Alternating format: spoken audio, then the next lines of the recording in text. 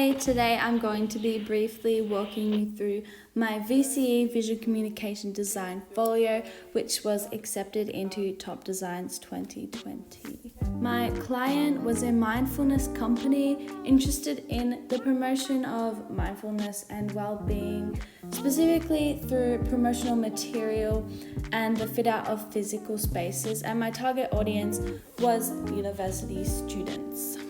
So to begin my research, I created a mood board and boarded my audience to establish a really clear direction. I then went on to some further research to deepen my understanding of the topic and also audience. I definitely recommend that you do your target audience research in the form of a survey because it is just so helpful in understanding who they are and what they want. Communication Need 1 called for a zine with page spreads that offered helpful tips and habits to assist in becoming more mindful.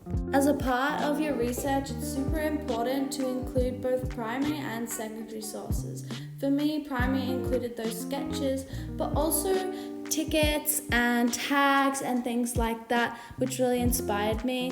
And then for secondary, I focused on the layouts and the typography and character development, all things specific to my field of design.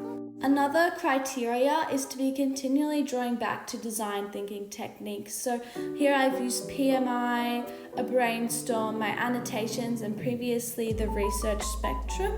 In my annotations, I'm just talking about what I could do better, what I could do differently, how this could better reach my target audience, and then drawing off to the side little sketches to show that I'm really generating lots of different ideas. Scamper is also another design thinking technique which you could be drawing on, helping you to develop the concepts a little bit further.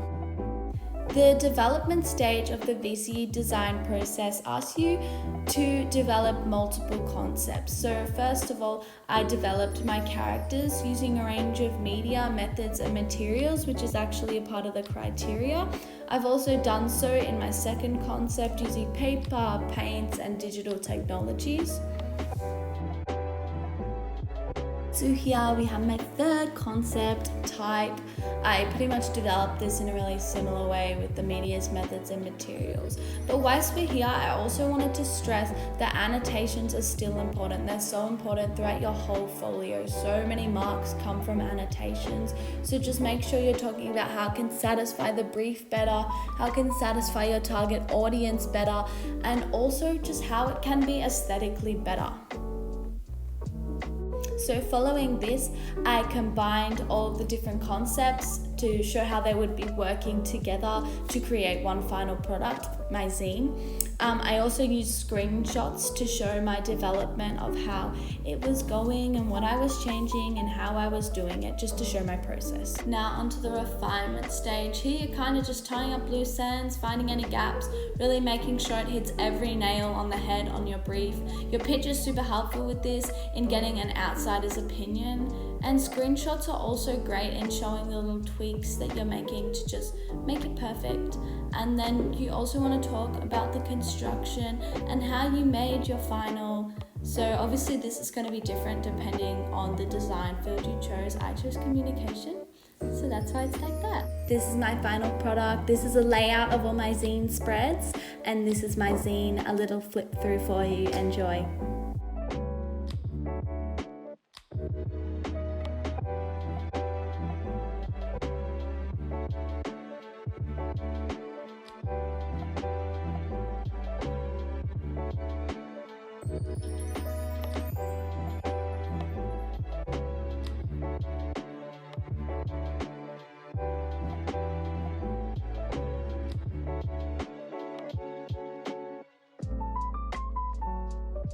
So for my second communication need, I designed a mindfulness pod, which is basically a space for university students to go and just relax and be mindful. So for my research, I again drew inspiration from nature because in my previous research in the beginning, which was for the overall topic, I found that nature was super helpful. I also did some research on colour theory and how that impacts mental health.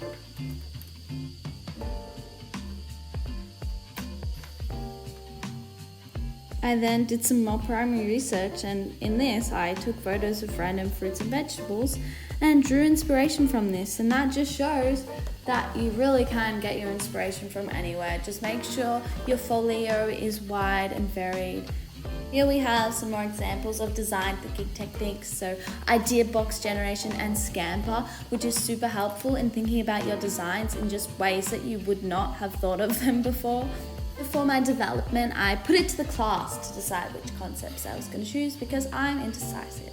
I also did some color psychology research and material research and research of said materials in actual university spaces. So for my concepts, I did a quick PMI and then sketched how they could be better.